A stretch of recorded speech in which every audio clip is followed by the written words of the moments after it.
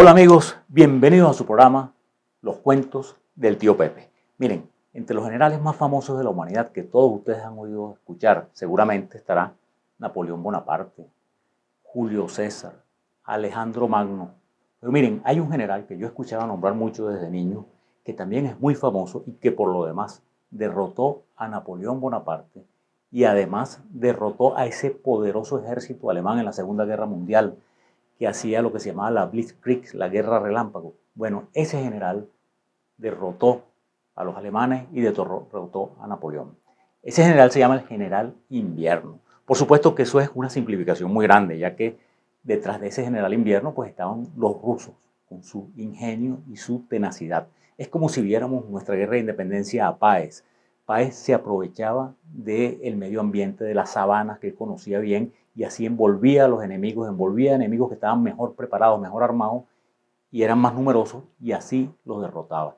Igual pasa con los rusos, que en ambos casos, tanto en el caso de la Segunda Guerra Mundial con los ejércitos de Hitler, como en la época napoleónica, ya en el año de 1812, supieron aprovecharse del terreno y de las ventajas que les daba.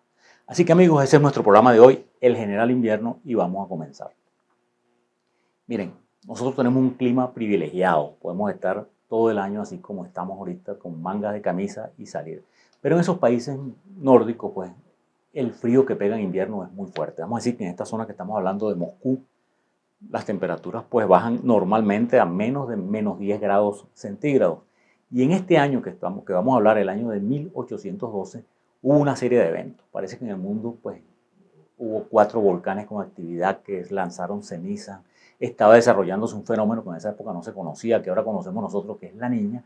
Y total es que las temperaturas llegaron en varios días y en varias épocas y en varios sitios a menos 36. Yo quiero que ustedes se imaginen, yo no sé si, imagino que muy pocos de ustedes habrán tenido oportunidad de estar a menos 36 grados. Miren, a uno se le congela cualquier cosa que tenga expuesta, desde la nariz, las orejas, y no le digo las manos, etcétera. Es algo terrible. Pero vamos a ver quiénes eran nuestros contrincantes. Por un lado ya sabemos, el general Invierno con los rusos, su ingenio y su tenacidad y capacidad de sufrimiento y sacrificio. Y del otro estaban los franceses con lo que ellos llamaban la Grande Armée, o sea, el gran ejército, que estaba dirigido por el invencible Napoleón Bonaparte. ¿Quién era este caballero Napoleón Bonaparte? Miren, como ustedes saben, él nació en Córcega, en la ciudad de Ajaccio, allá por el año de 1769, pues era, qué sé yo, 14 años más viejo que Bolívar y como 19 años más joven que Miranda. Y él pues estudia su carrera militar, y cuando estamos en el año de 1795, que estamos en plena revolución, ya había terminado la Revolución Francesa, por lo menos la época del terror, él está en París y era un individuo mal vestido, poco exitoso realmente.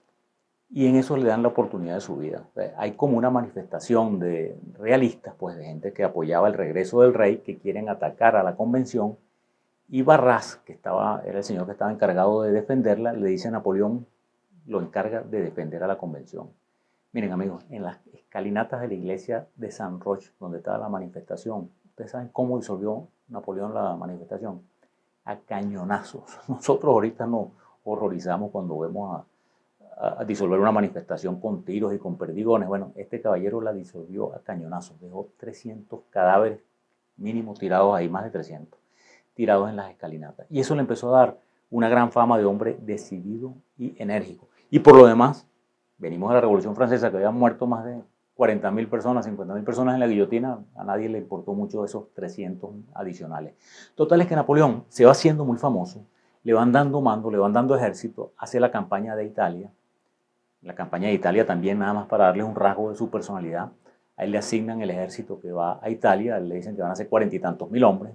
Cuando él va a ver, las tropas eran 30.000 y todos pata en el suelo, mal vestidos. Bueno, él los arenga y le dicen, soldados, estáis mal vestidos y el gobierno no os paga. Pero allá el enemigo tiene ropa y dinero, así que vamos para allá. Él era un gran motivador, es lo que les quiero decir.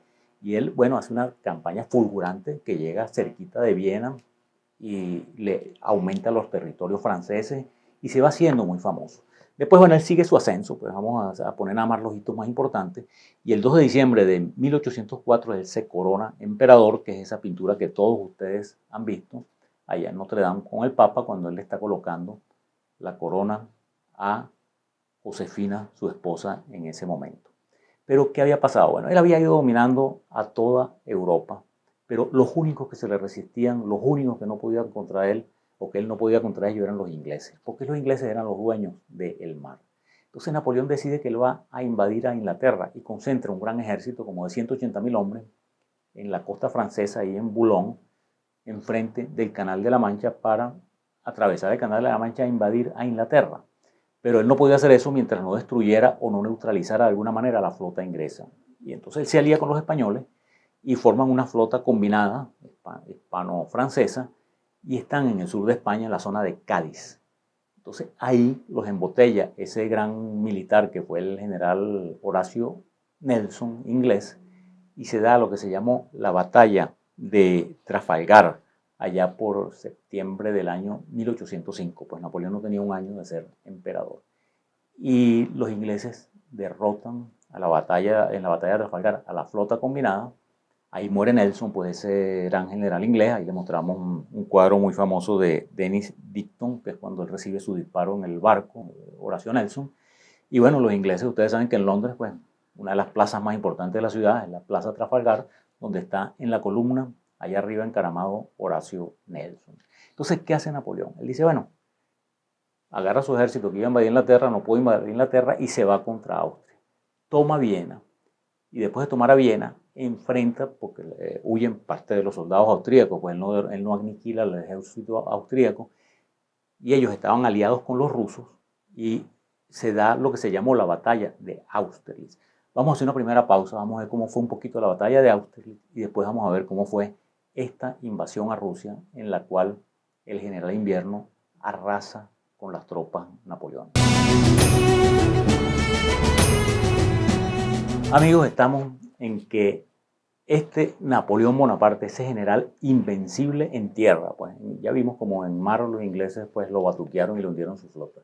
Bueno, toma Viena, toma los cañones, toma una serie de cosas, de botines en Viena y enfrenta al ejército combinado de Rusia y de Austria.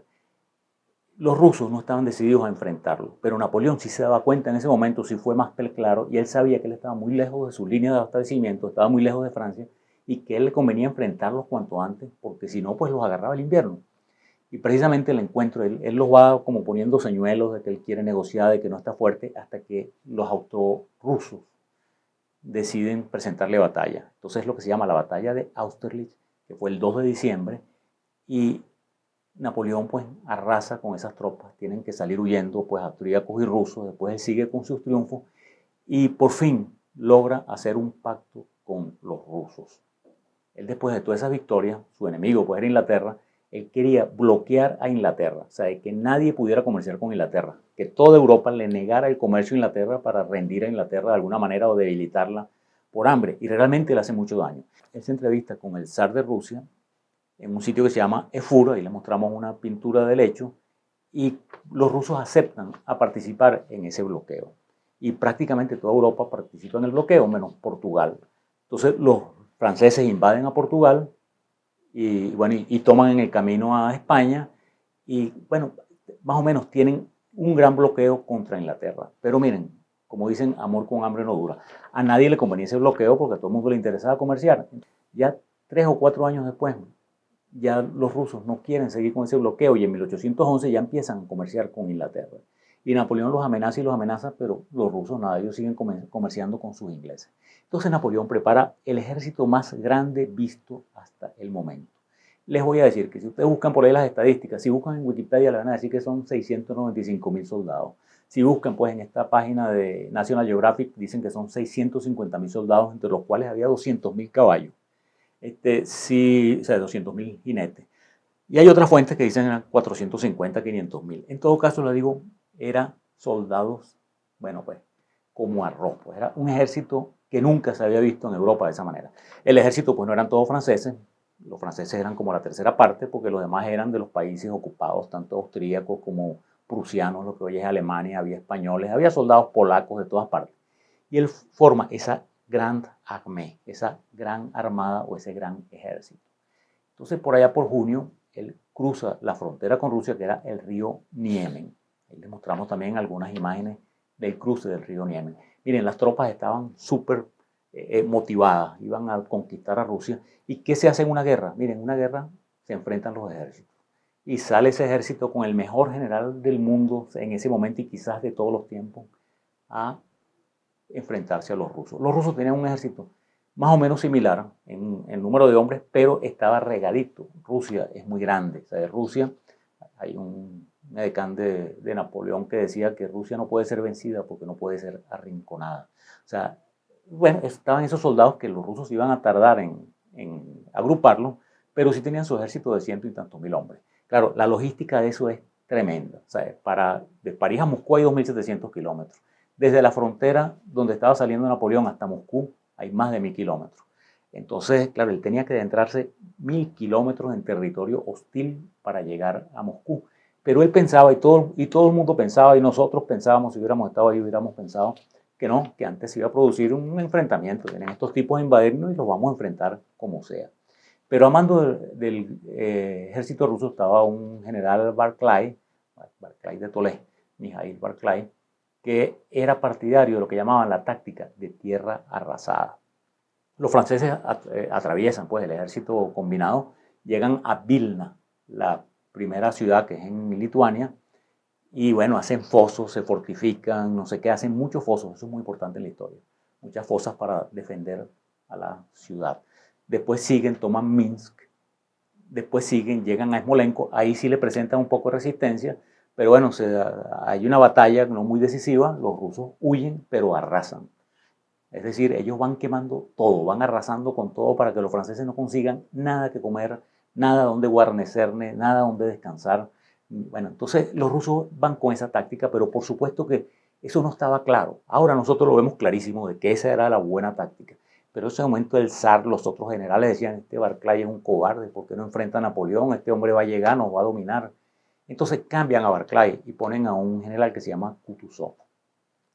Kutuzov, pues al zar no le gustaba mucho, pero en fin de cuentas, pues era un tipo que era muy querido por el ejército y tenía fama de aguerrido.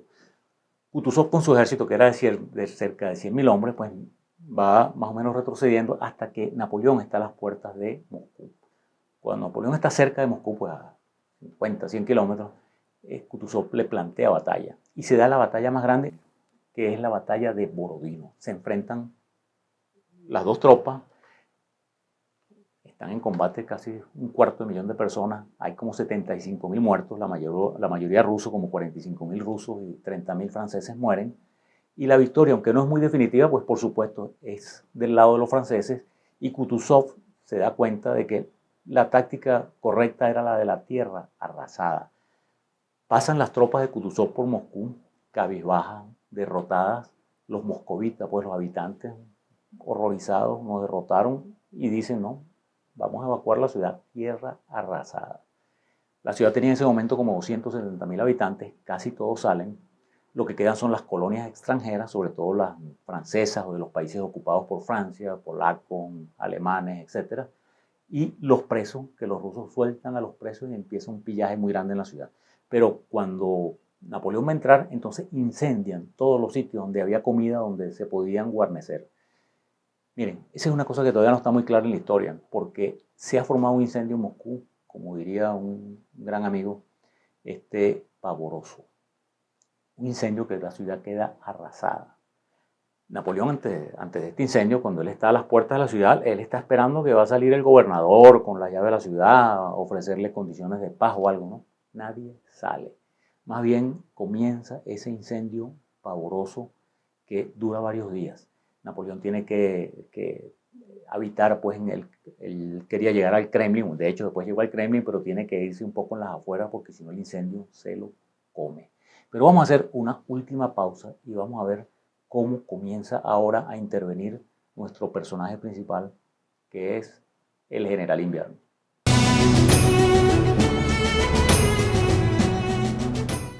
Amigos, seguimos hablando de nuestro tema de hoy, que es este general Invierno y de cómo derrotó a ese otro general que era invencible en tierra hasta este momento.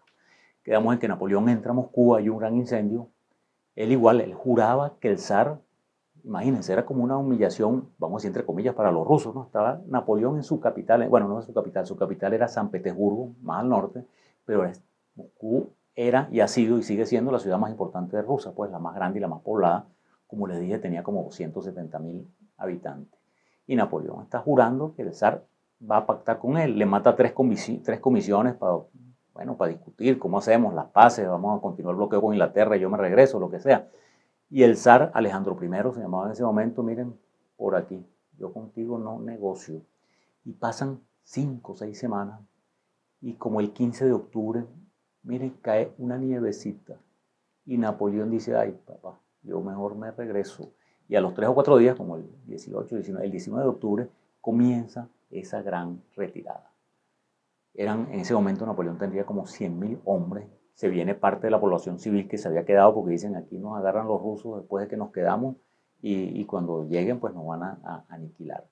Por ahí se da la primera batalla que es la de Tauretino, que se da el 18 de octubre, que un general francés, Murat, que era cuñado de Napoleón, es derrotado y está descrita en la Guerra y la Paz de León Tolstoy. Y es la primera derrota, es cuando los rusos se dan cuenta, sí podemos.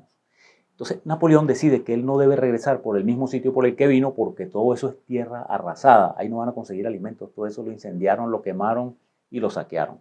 Entonces, pero él había dejado como cuarteles de invierno en Smolensk y en Minsk. Entonces, bueno, él regresa hacia el sur, hay una ciudad que se llama Maloyaroslavets, que ahí Kutuzov, el general ruso, les monta una emboscada a los franceses con Napoleón mismo enfrente y de casualidad no atrapan a Napoleón. Y bueno, pierden hombres los dos, pierden más hombres los rusos, pero los franceses pierden ahí, van perdiendo como 9.000 hombres. Y entonces Napoleón decide, no, mejor me regreso por donde vine, o sea, por acá abajo a lo mejor me tienen otra. Entonces, él desde ese momento le dice a su médico, a quien que le den un frasco de veneno que lo cargaba colgado aquí así como un collar, que si lo iban a atrapar los rusos, él se raspaba su veneno, no quería caer vivo en manos de los rusos. Entonces él sigue avanzando, llega a Smolensk, que era donde estaba su primer sitio donde podía reabastecerse, pero miren, atacado todo el tiempo por los cosacos. Miren, los soldados caminaban cerca de 50 kilómetros diarios. Yo no sé si ustedes se han planteado que camina 50 kilómetros diarios. Le digo, es duro, es duro. Un día es duro. Ahora, 2 meses, 50 kilómetros diarios, eso no lo aguanta casi nadie. Encima cargando fusiles, abrigos, comida, quién sabe qué más. Entonces, aquellos pobres soldados franceses con aquel invierno acosados porque venían los cosacos atrás como lobos. Si alguien se quedaba retrasado, se separaba, ¡pah!, lo iban atrapando. Ellos seguían con su táctica de tierra arrasada, de que no querían un enfrentamiento completo con los franceses porque seguía siendo un ejército poderoso y lo que querían era irlo desgastando hasta que llegaran al río Beresina. Ahí hay un río que tenían que pasar las tropas francesas, entonces ellos iban a tumbar el puente, lo tumbaron de hecho los rusos y ahí los iban a emboscar. Cuando llegan a Smolensk, que ahí tenían los franceses todavía tenían fuerzas ahí, tenían algo de comida, los primeros que llegan arrasan con la comida, que los últimos que llegan 1 o 2 días después, ya no consiguen qué comer. Entonces deciden seguir a la otra ciudad donde tenían bastimentos, que era Minsk, hasta que llegan a este río Beresina, que los rusos habían volado el puente y se disponen pues a aniquilarlos ahí. Bueno, Napoleón ahí vamos a decir que tuvo un éxito entre comillas porque logró salir vivo, ya que distrajo a los rusos en un sitio cercano que se llamaba Studienska, se hace como si van a cruzar por allá y él en este lado empieza a construir puentes y construye 2 puentes, uno como decir peatonal y otro para pasar los cañones. Pero los rusos se dan cuenta y los atacan, pues y ahí les muestro pintura famosa de esa batalla de Beresina, que, bueno, los rusos acosando a los franceses matan a un gentío, Napoleón logra cruzar y al final los mismos franceses vuelan los puentes y se quedan un poco de franceses del otro lado que son aniquilados por los cosacos. Bueno, iba llegando este ejército, pero que era un ejército de pordioseros prácticamente, que a nadie le importaba nada.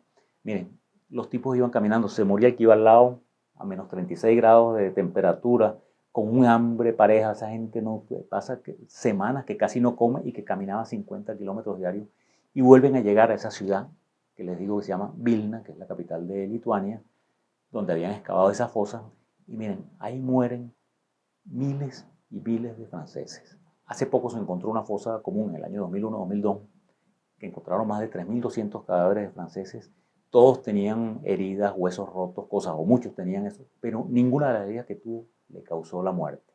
Los científicos preguntándose qué les causó la muerte, amigos míos, y fue el hambre y el frío. Murieron ahí de hambre y de frío varias decenas de miles de soldados franceses. Al final lograron regresar, bueno, también varían los números, o sea, he leído entre 10.000 o 30.000, de los 600 y tantos mil que eran, lograron regresar, sobrevivieron 30.000. Es la debacle más grande de la historia hasta ese momento, un ejército todopoderoso, un ejército inmenso, y fue el cambio de la estrella napoleónica. Ahí se le empieza a alborotar el cotarro, pues se le empiezan a alzar los países que tenía sometidos, y al año siguiente pues ya Napoleón es derrotado en Leipzig, tiene que hacer la primera abdicación, y bueno, esa era la historia que les queríamos contar hoy. Como un pueblo tenaz, como fueron los rusos, miren, arrasaron su propia tierra, lo dejaron entrar en Moscú, pero después le dieron la mayor derrota que puede haber sufrido un ejército, que de 600 y tantos mil hombres habrán regresado 10 o 20.000. O sea, yo creo que una derrota más grande que esa es difícil. Ese es el programa que les queríamos hacer. Muchísimas gracias y vamos ahora a nuestra acostumbrada sesión Educando a nuestros padres.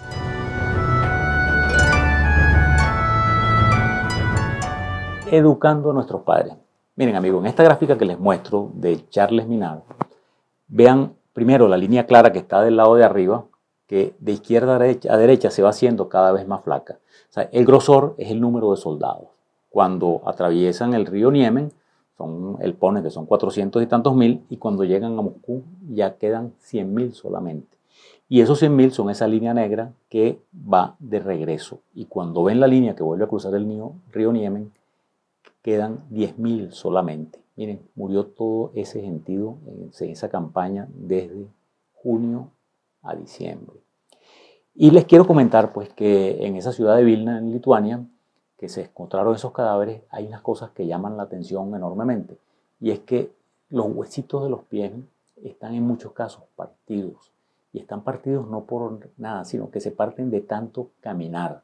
Porque caminar meses a 30 bajo cero, 50 kilómetros diarios, con peso en la espalda, amigos, eso es duro.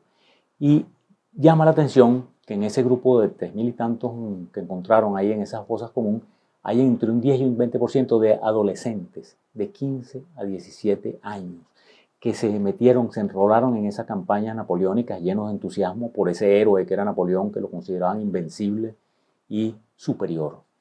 Y bueno, el mensaje que les quiero hacer yo pues es que toda esa gente murió de una manera inútil en esos 6 meses, nada más que para satisfacer la ambición de un hombre que era Napoleón. Y todas las guerras en general son inútiles. No merece que nos matemos los hombres unos a los otros, y menos en este momento a las alturas del siglo XX. Yo creo que se deben resolver todas las controversias pues, en una mesa de negociación. Y la invitación pues, en este Educando a nuestros padres es que nos convirtamos en unos grandes pacifistas, que defendamos la paz en cualquier lugar y que defendamos que todos nuestros asuntos se pueden resolver mediante la no violencia.